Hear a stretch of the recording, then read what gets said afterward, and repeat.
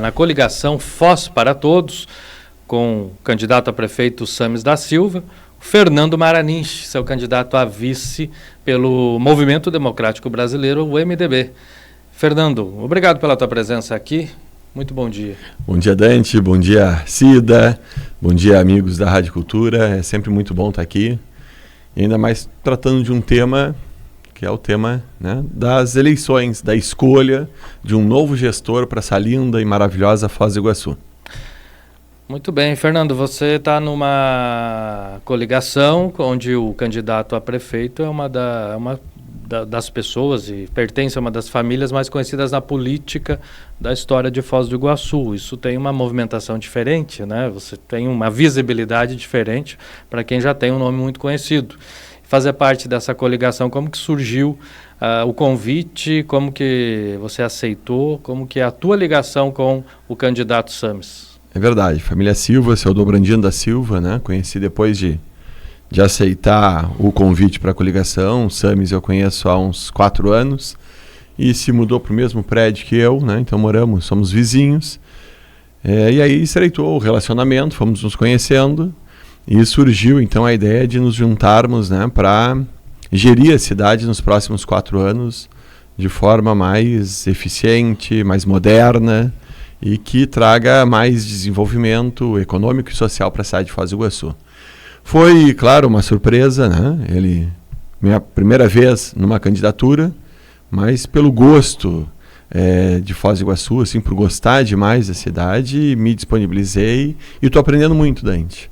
Né? As caminhadas, os contatos com as pessoas, né? As apresentações que o Sames me faz, por onde ele anda. Então tem me mostrado uma Foz do Iguaçu que eu até então não conhecia. E cada vez me conscientizo de que os desafios são cada maiores, né? E a gente tem que estar preparado. Então eu me disponho, né? A gente debater a cidade, debater o plano de governo e melhorias para a nossa Foz do Iguaçu. 8h38, a Cida Costa tem ficado comigo aqui na entrevista com os candidatos a vice. Cida, bom dia. Sua pergunta ao candidato. Bom dia. O que o senhor tem percebido nessa caminhada? Nessa caminhada, acredito que tem levantado pontos importantes da cidade, tem um plano de governo também elaborado, mas primeiramente a caminhada. O acesso, né? Que as pessoas têm a facilidade de acesso ao candidato Sames, né? É impressionante como ele é receptivo e como as pessoas se lembram da gestão dele, da gestão do pai dele e agradecem muito o que eles fizeram por essas pessoas e por Foz do Iguaçu. Questão habitacional, questão de saúde, questão de educação, né? Lembram muito da fábrica de medicamentos, que não faltava medicamento na época deles, na saúde. Aqueles, claro, medicamentos da cesta básica de saúde, né? O pão, o leite de soja, a vaca mecânica. Então são lembranças, né, que são muito positivas para o Sames e para o candidato que eu escolhi apoiar. Essa caminhada, né, vocês estão visitando bairros, casa em casa, né, conversando com as pessoas. Nesse momento da campanha, qual é a principal necessidade da população que o pessoal tem mais pedido, reivindicado? Saúde, né? Educação, transporte, habitação, Dante. É impressionante o déficit habitacional que a gente tem em Foz do Iguaçu e a quantidade de terrenos públicos que nós temos do município, né, aqui. Então precisam ser aproveitados esses imóveis, sejam para construir imóveis neles, sejam para serem vendidos e para se atrair investidores para esses locais, né, sejam para ser concedidos. Então a gente precisa trabalhar essa parte. A questão da saúde, a gente sabe que já está o prefeito Chico Brasileiro trabalhando na questão da federalização do hospital. Isso vai fazer com que sobre, vamos dizer assim, no caixa da prefeitura, né, através de 120 milhões de reais ano. E isso não vai acontecer, né, se não for para frente essa ideia de federalização. Então defender o hospital municipal nos moldes que no meu ponto de vista, é um atraso e uma ineficiência administrativa total. E não vejo também acontecer, né, nas mãos de alguém que é opositor ao governo federal e a Itaipu. Então, por isso, pense muito bem na hora de escolher o seu candidato a prefeito. Ele tem que ter relacionamento com todos os níveis, né, de governo. Você falou sobre transporte coletivo e já foi superintendente do Fostrans por mais de uma vez, inclusive. E um dos principais trabalhos do Fostrans e problemas é justamente o transporte coletivo aqui em Foz do Iguaçu. A gente vai precisar fazer uma nova concessão ano que vem, né, lá por abril, se não me engano, março, abril. E qual é a ideia, qual é o projeto de vocês para essa nova concessão, que acredito que não vai dar tempo de novo o prefeito assumir e já fazer, e já colocar em prática, né? Talvez vai precisar prorrogar um pouco o contrato que está, não sei. Qual que é o projeto de vocês, a ideia para o funcionamento do transporte que atenda a população? Só esclarecer, não é necessário que se faça uma concessão no termo jurídico e técnico da palavra, né? Mas sim, o contrato termina em abril, e aí ele pode ser prorrogado por mais 2 anos, ou ele pode ser, né, feita uma nova licitação na modalidade que se achar melhor, via concessão, via permissão, via empresa pública de transporte ou via prestação de serviço como é hoje, né? Que se dá mais liberdade e autonomia para o município de Foz do Iguaçu decidir. Modelo de transporte coletivo, como tem em Curitiba, são linhas troncais principais, né, e linhas alimentadoras para os bairros. O que eu converso muito com o SAMES é a gente colocar essas linhas alimentadoras gratuitas nos bairros para fomentar o comércio de bairro. Então, já que a linha é gratuita dentro do bairro, a pessoa talvez, né, não pagando, ela acabe estimulando o comércio no bairro, como a gente viu no exemplo do prefeito Roque de Paranaguá, que teve aí, e comentou que aumentou em 30%, né, o faturamento da associação comercial de lá quando o transporte virou gratuito. Então, isso fomentar nos bairros. Hoje, nós temos 54% de passageiros não pagando a tarifa do ônibus, né? Quando eu assumi eram 8%, então houve um avanço.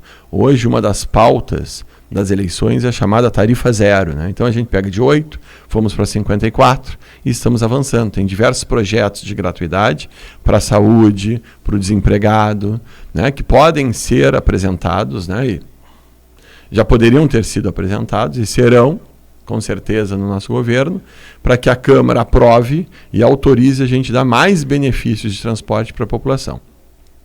Então, essa é uma pauta. Linhas alimentadoras, linhas troncais, tarifa mais módica do que está hoje e mais gratuidade para as pessoas. É mais gratuidade, não é um transporte inteiro gratuito, é isso? Não, hoje a gente não trabalha com um transporte inteiro gratuito, porque a gente sabe até o custo disso, né? Não é cortando o CC que vai se custear, né? O transporte é gratuito. Isso aí é uma falácia, é matemática, é só fazer os números. Aumentando a gratuidade, vocês estimam que ficaria em quantos % de gratuidade? A gente quer chegar a 75% a gratuidade já nos próximos, né, anos ainda. Então, no primeiro ano, a gente sabe que como funciona o orçamento, né? Para o primeiro ano da gestão, dificilmente, né, não foi previsto orçamento para isso. Então, no segundo ano, a gente alcançaria 75%.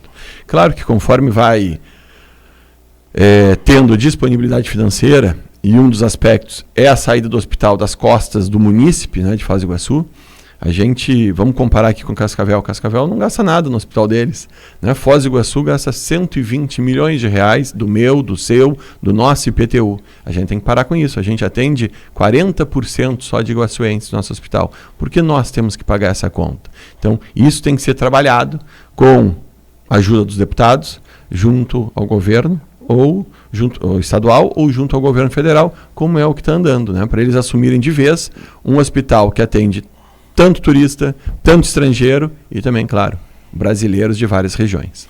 Cida. Centro de convenções, candidato, nós estamos vendo aí muitas candidaturas comentando essa ação de venda de ações, centro de convenções que tramita na Câmara. Qual que é o seu posicionamento, já que o senhor também passou por lá, né? Isso, passei por lá e eu que regularizei o centro de convenções, Cida. O centro de convenções, né, passou na administração de alguns engenheiros importantes que eles não estavam nem averbados da matrícula do imóvel, né? Foi construído, são 33 mil metros quadrados, num terreno de 100 mil metros e na matrícula não constava nada. Então, fiquei lá, né, no tempo que fiquei, contratei engenheiros para fazerem projeto, para registrar na matrícula, averbar, né, a construção e poder agora finalmente a gente chegar nesse projeto de transferir, vender as ações, vender o centro de convenções, para que com esse dinheiro a gente invista na cidade ou, principalmente, que é o que eu e o prefeito SAMES pensamos, construir a nova sede do município.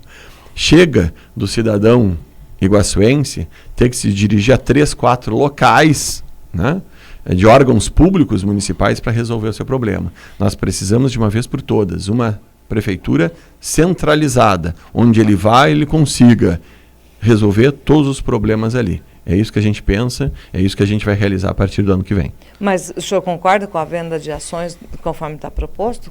Senhor?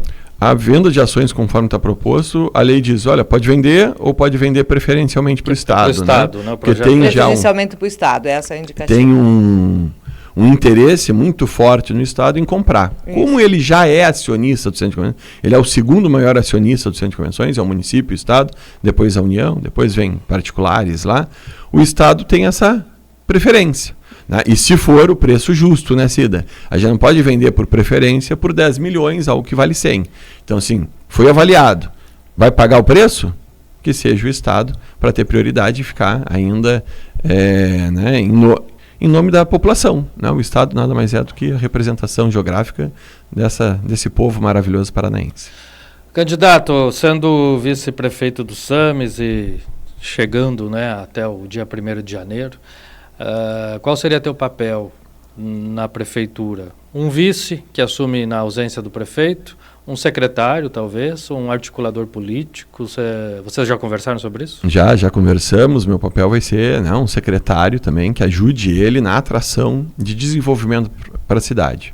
A gente sempre falava muito numa secretaria de atração de investidores para a cidade, que mostre para os investidores, né, o potencial de Foz do Iguaçu. A gente precisa ter um book de Foz do Iguaçu para mostrar para as pessoas. O nosso book está desatualizadíssimo. Né? A gente precisa ter alguém que circule entre as secretarias para fazer esses projetos importantes para a cidade andar. E não mandar o empresário correr atrás. Né? Então essa secretaria, junto ao gabinete, teriam pessoas da Fazenda, do Meio Ambiente, do Planejamento, uma equipe multidisciplinar que entenda de projetos estratégicos para a nossa cidade e que atraia investidores para gerar emprego, desenvolvimento, distribuição de renda e com isso um círculo todo positivo, né, para a nossa Foz do Iguaçu. A gente tem aí um panorama de baixo investimento com recursos próprios da prefeitura para o próximo quem assumir. Né? É um panorama. Tem a questão da Previdência que está aí assombrando também. Tem recursos que podem diminuir um pouco mais. Como que vocês trabalham essa máquina financeira que a gente fala muito de transporte, muito de hospital, muito de saúde, e o suporte maior está aí bem escondidinho, está aí para ser discutido. O que vocês avaliam? Já olharam essas contas, já visitaram as secretarias para ver isso tudo? Temos o FOSPREV, né? E a gente tem que investigar, então, quem estava no FOSPREV na época em que sumiram 20 milhões, né, de reais investidos num banco que misteriosamente quebrou. Né? Então, 20 milhões de reais naquela época, corrigidos para hoje, é muito dinheiro. Esse investimento deveria ser apurado e responsabilizado o prefeito da época, bem como a presidente da instituição. Bom, muito dinheiro da dívida do FASPREV, o que era? Dinheiro que a prefeitura descontava do servidor e não recolhia. Ou não recolhia a sua própria contribuição patronal, vamos chamar assim, para os empresários entenderem. Né? Quem eram esses prefeitos da época? Né? Então isso a gente tem que investigar. Quem deixou de repassar dinheiro para a previdência do servidor público? Então, por isso que a gente vê a rejeição do servidor público a certo candidato hoje que se apresenta aí. O servidor público, em geral, Maraniche, como vocês estão enxergando o trabalho? O que precisa ser feito? Porque a gente sabe que são quase 7 mil funcionários públicos, mais de 6 mil, quase 7, e que não é um número pequeno, mas parece que, não sei se talvez mal distribuído, como que funciona, parece que tem áreas que falta, né? E aí tem reclamação da população quanto à qualidade do serviço público. Qual seria o problema aí na visão de vocês? Não dá nunca para generalizar em nada na vida, né, Dante? Mas o servidor público tem muitos que os concursos são muitos antigos, que já prestaram a sua missão no serviço público, né, e estão cansados, desmotivados. Então a gente precisa investir em estrutura para o servidor público e estrutura muitas vezes tecnológica, né, para auxiliar o trabalho dele. Claro que tem relutância de alguns fazem corpo mole, mas não é a maioria. Né? Então a gente acredita que o servidor público é um grande auxiliar, né, o principal auxiliar da administração pública, é ele que faz a máquina andar. Nós temos conversado, por exemplo, com enfermeiros, né? Tem a lei já das 30 horas, a gente precisa colocar em prática essa lei. Não adianta a gente esgotar o servidor público e ele está apresentando atestado porque ele está ficando doente, né? Ou por excesso de trabalho, ou porque não tem condições, instrumentos, ferramentas para ele realizar o trabalho dele. Outro setor que a gente tem trabalhado e conversado bastante é o setor de segurança pública. Secretaria aqui, nossa vizinha, né, de segurança pública, o concurso tem agentes ali trabalhando, guardas municipais, com 25 anos de concurso já, né, 26. Né? Então já estão quase para se aposentar. E eles estão no final de carreira. Então, cada um que se aposente possibilita que a gente contrate 3, pelo salário inicial e pelo salário que eles estão saindo. Então a gente consegue dar um gás novo, por exemplo, nesse exemplo da Guarda Municipal na Segurança Pública de Foz do Iguaçu, com cada um que se aposentar, 3 saírem. Então a gente estuda até uma aposentadoria especial para os guardas municipais de Foz do Iguaçu. E investimento em tecnologia ali para eles. Aliás, esse final de semana saiu a 3ª fase do concurso da Guarda Municipal. Acho que ele é suficiente?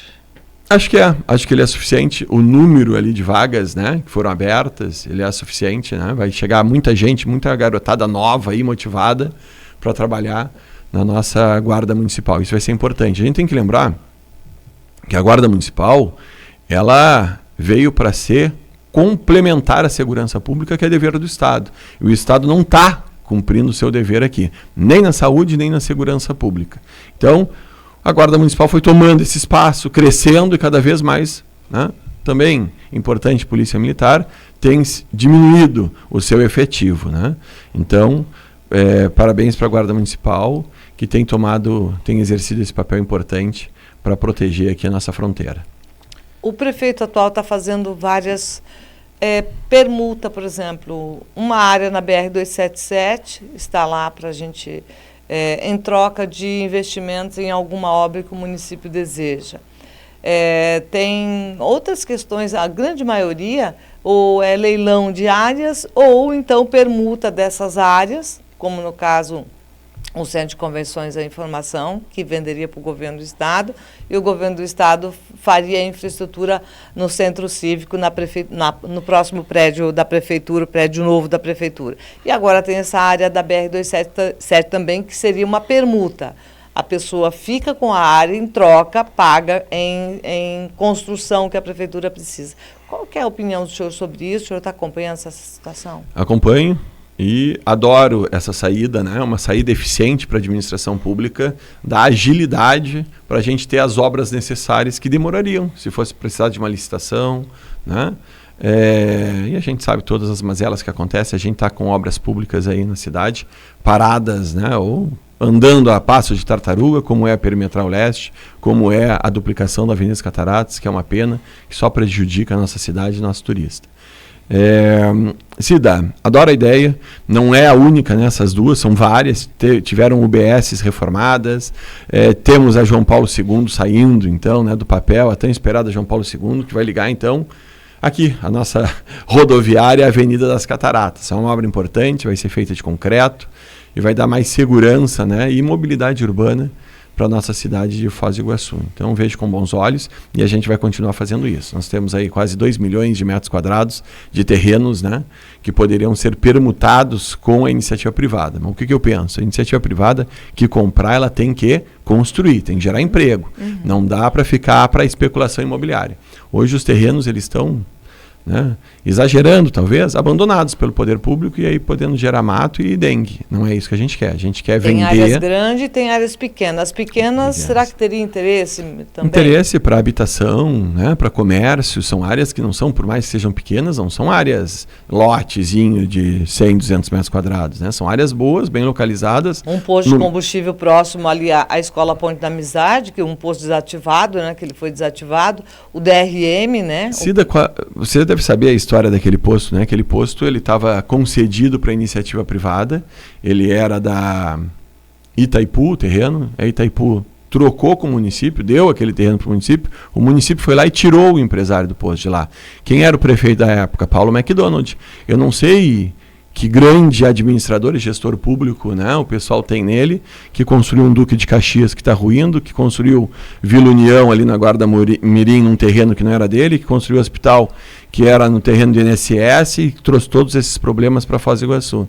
Né? Então é isso que a gente quer trazer à tona e lembrar da população de Foz do Iguaçu, né? Trazer a memória, porque não acredito que tenham se esquecido de tudo isso. Candidato, são 8 horas e 56 minutos e uma impossibilidade do prefeito continuar governando, né? Caso o Sames e a coligação de vocês vença as eleições, você estaria apto a assumir e governar Foz do Iguaçu? Eu me sinto tão apto quanto qualquer um que goste de Foz do Iguaçu, que conheça Foz do Iguaçu, que tenha boas intenções para Foz do Iguaçu, que seja um homem de bons princípios e bons costumes, né, que queira construir aqui, ter aqui, né, e construir a sua família aqui em Foz do Iguaçu, é isso que eu me proponho, que estudou o plano de governo, estudou as necessidades e os desafios da nossa cidade e está preparado. Né? Eu sou uma pessoa, né, sem falsa modéstia, qualificado. Né? Sou advogado, sou mestre em Direito Empresarial e Tributação, estou fazendo meu doutorado em Direito Político e Econômico pela Mackenzie, talvez a maior nota, né, de uma universidade no Brasil.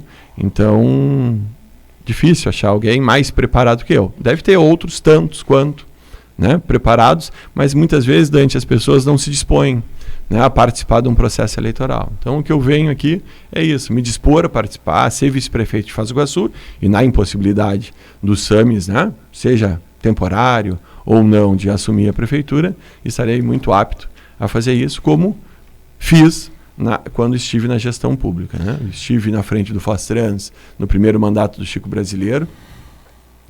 Foi uma surpresa ele ter me convidado. Tínhamos problemas, né, jurídicos no Fostrans, foram resolvidos. Tínhamos problemas financeiros no Fostrans, foram todos sanados.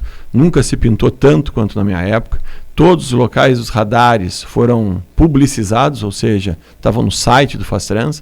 Nós vínhamos de 88 mortes por ano no trânsito de Foz do Iguaçu. Eu entreguei com 22 mortes por ano, ainda alto o número, né? Mas então se vê que teve um trabalho positivo. Claro que não se conseguiu resolver todo, tivemos problemas com o transporte, tivemos problemas, né, no TTU. O TTU não era um bem público do Fostrans, o TTU era gerido, né, e a gestão era do município. Tanto é que agora, no ano passado, foi aprovada uma lei para passar o TTU para o Fostrans, dando liberdade para o Fostrans administrar o TTU, e só não foi feito esse ano porque é ano eleitoral e a lei não deixa. Então, são dificuldades, desafios que se tem na administração pública, mas que eu, por ter passado pela administração pública, saberei contornar com toda certeza. Candidato, queremos agradecer a tua presença aqui e obrigado, tá, mais uma vez, por ter se disponibilizado a vir aqui e ser entrevistado pela gente. Eu que agradeço, né? Sigam nossas redes sociais, do Sames, a minha, Fernando Maranich, e dia 6 de outubro, Sames 45. São 8 horas e 58 minutos, 26 graus e 8 décimos de temperatura em Foz do Iguaçu. Esse foi o candidato Fernando Maranich, candidato a vice-prefeito pela coligação Foz para Todos, MDB, PSDB e Cidadania.